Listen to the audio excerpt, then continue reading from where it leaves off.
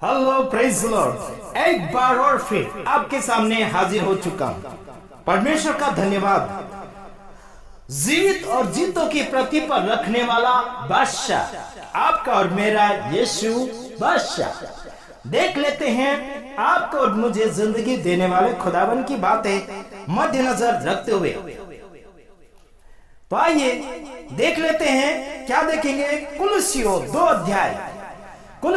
अध्याय उसका 6 वचन और 7 वचन आपके सामने पढ़ेंगे। उससे पहले कुछ बातें और आपके सामने हम फरमाने के लिए कोशिश कर रहे हैं। जागने की बात है, हमेशा जागृति में रहना, हमेशा आनंद में रहना, यानी कि आपको परमेश्वर की महिमा में जीना होगा। अगर आप परमेश्वर की महिमा में जी रहे हैं तो आप कभी हताश नहीं होंगे, निराश नहीं होंगे, विजेता की ओर दौड़े चले जाएंगे। अगर आप विजेता की ओर दौड़े चले जा रहे हैं तो प्रभु आपके साथ है।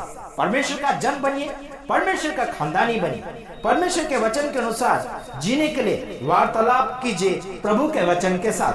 तो आइए हम कुछ बातें आपको समझाना चाहते हैं, और समझ भी गए तो अच्छी बात रहेगी, अगर नहीं समझे तो आपका घाटा रहेगा। आने वाले दिनों में और बीते हुए दिनों में काफी लोगों ने प्रोग्रामें किए और करने वाले लोग हैं। हमें काफी जगह बुला रहे हैं, लेकिन हम बिल्कुल नहीं जाएंगे। क्यों नहीं जाएंगे? जब परमेश्वर का वचन हमने बो दिया है और परमेश्वर के वचन को लोगों ने ठोकर मार दिया है, वहां पर हम दोबारा प्रवेश नहीं करेंगे।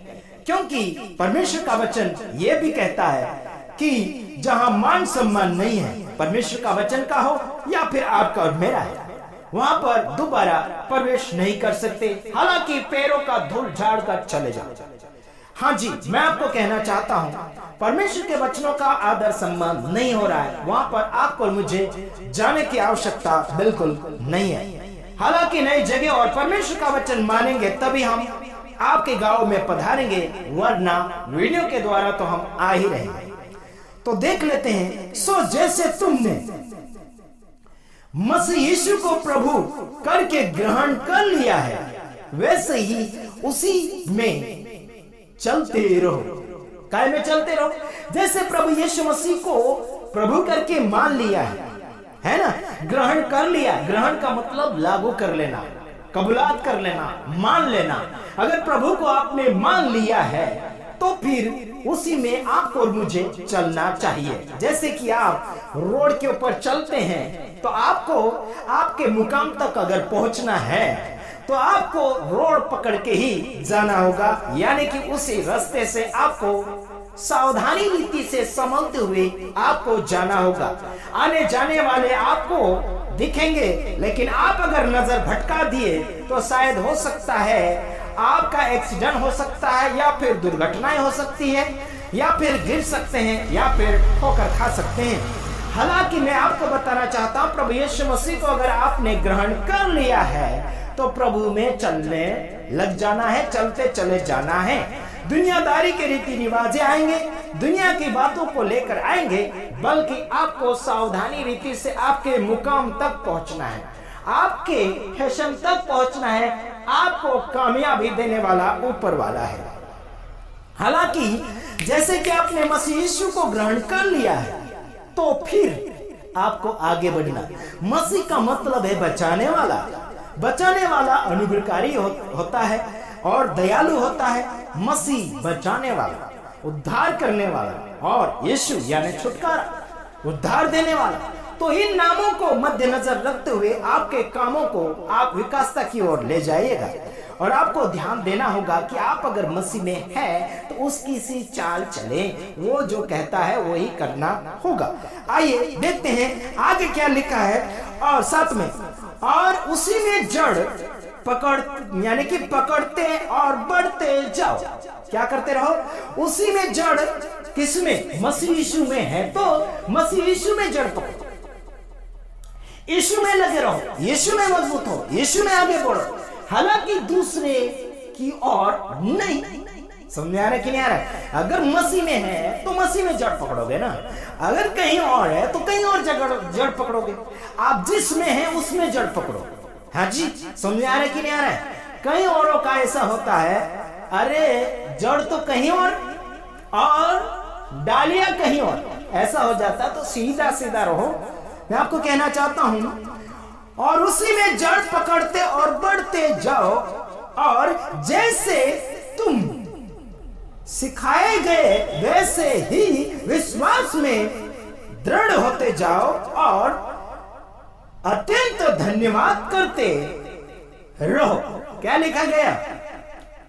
आपको मुझे मसीह में बढ़ना है, मसीह में जड़ पकड़ना है, और विश्वास में भी जड़ पकड़ना है, और अत्यंत मतलब लगातार उस परमेश्वर को धन्यवाद देते रहना है उपकारों के लिए।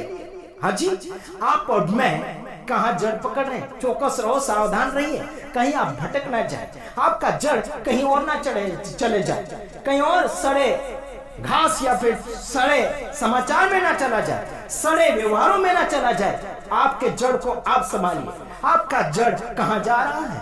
आपका विश्वास कहां जा रहा है? आपकी मजबूती कहां है?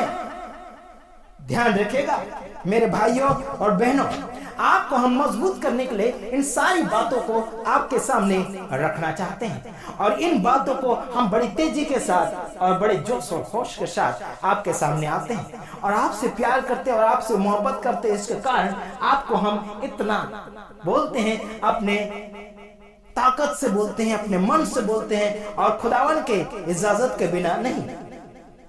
हाँ जी, डर हर किसी को लगता है, बल्कि हम क्यों नहीं डरते?